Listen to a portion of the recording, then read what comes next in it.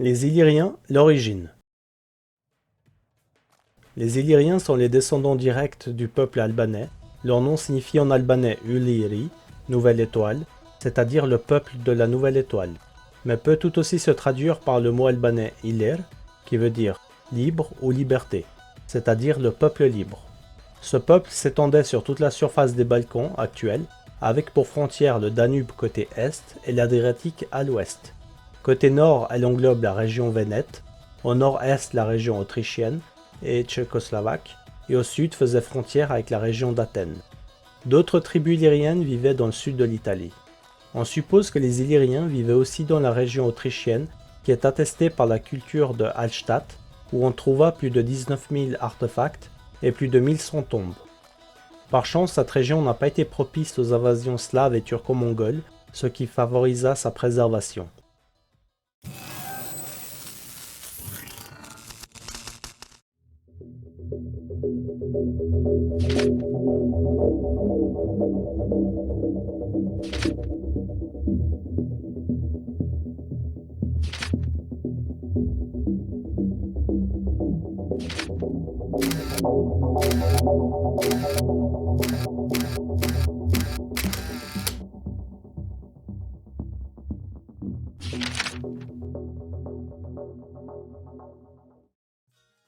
Les Illyriens sont un peuple antique descendant direct des Albanais d'aujourd'hui.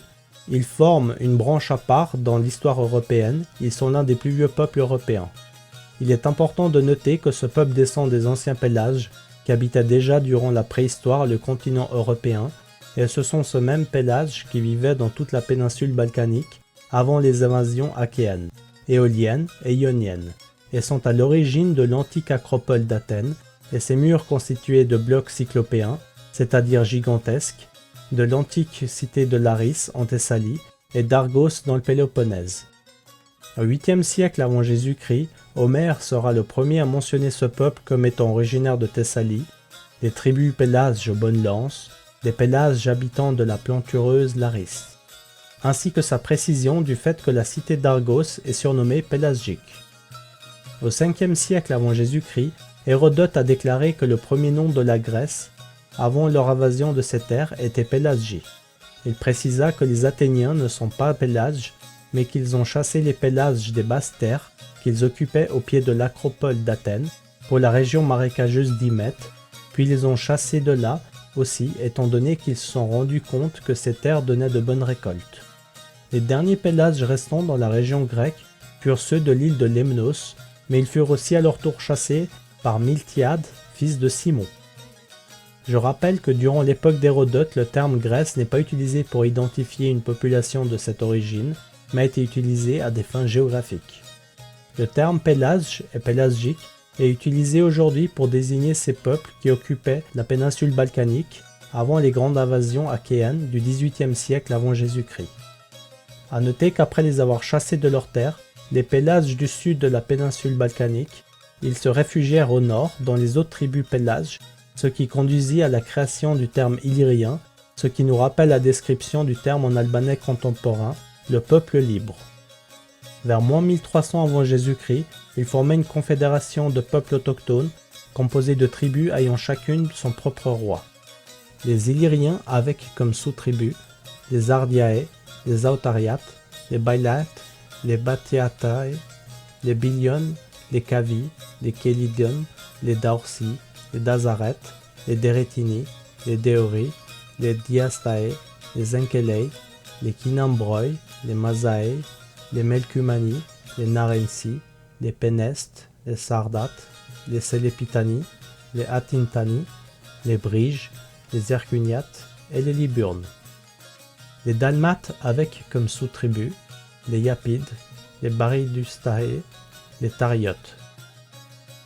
Les Istriotes avec comme sous-tribus les Vénètes, les Istries, les Carni, les Catari, les Catali, les Sécus et les Lopsi.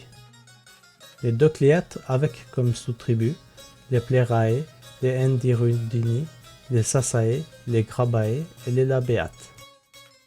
Les Deramestae avec comme sous-tribus les Ozuae, les Emassini, les Artitae et les Armistae.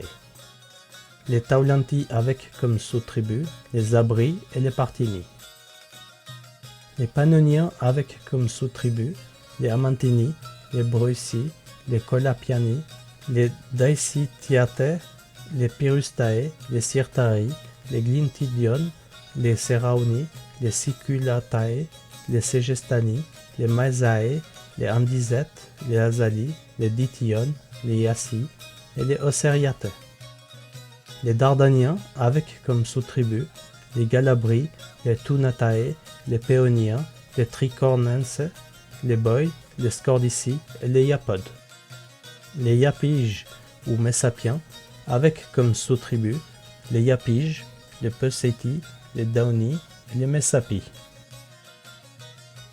Les peuples de la mer étaient composés de certaines de ces tribus illyriennes qui ont attaqué les empires du Moyen-Orient et certains de ces peuples s'y sont établis. Concernant la ville de Troie, on peut noter que selon la légende, elle a été fondée par le légendaire Dardanos, héros éponyme de la Dardanie, qui lors de sa traversée de l'Anatolie au 3e millénaire avant Jésus-Christ, décida de laisser la moitié de son contingent sur le site de la future Troie pour y créer une ville, puis continua sa traversée de la mer de Marmara par le détroit qui prit également son nom, le détroit des Dardanelles.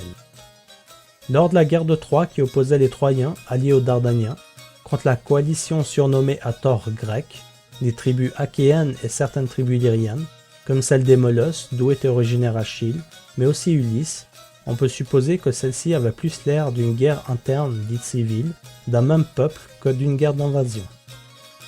Pour ce qui concerne l'affirmation de l'origine illyrienne d'Achille, Ulysse et même Homère, on peut facilement identifier leur origine du fait qu'ils portaient tous les trois le plis albanais, un chapeau en feutre connu chez les Romains comme le pilos ou pileum, et que les Albanais d'aujourd'hui le portent toujours car synonyme de sagesse, de la liberté et de la paix.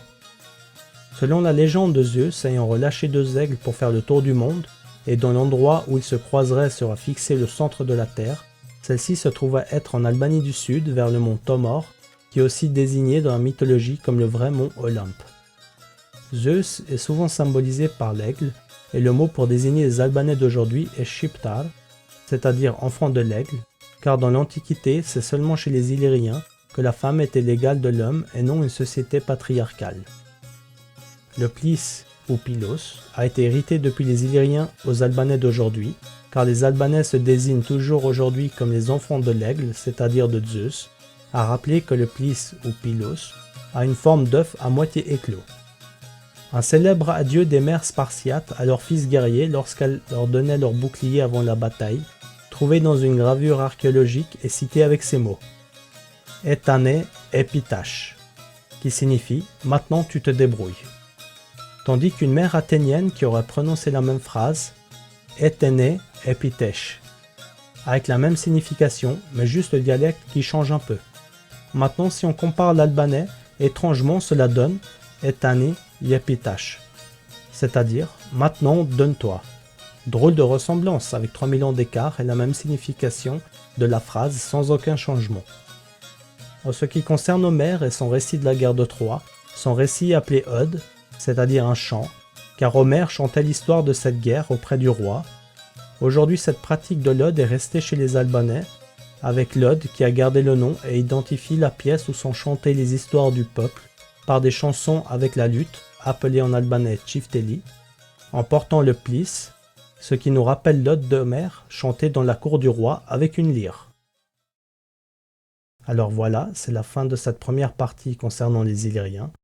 Je vous invite à me suivre et à bientôt avec une prochaine vidéo.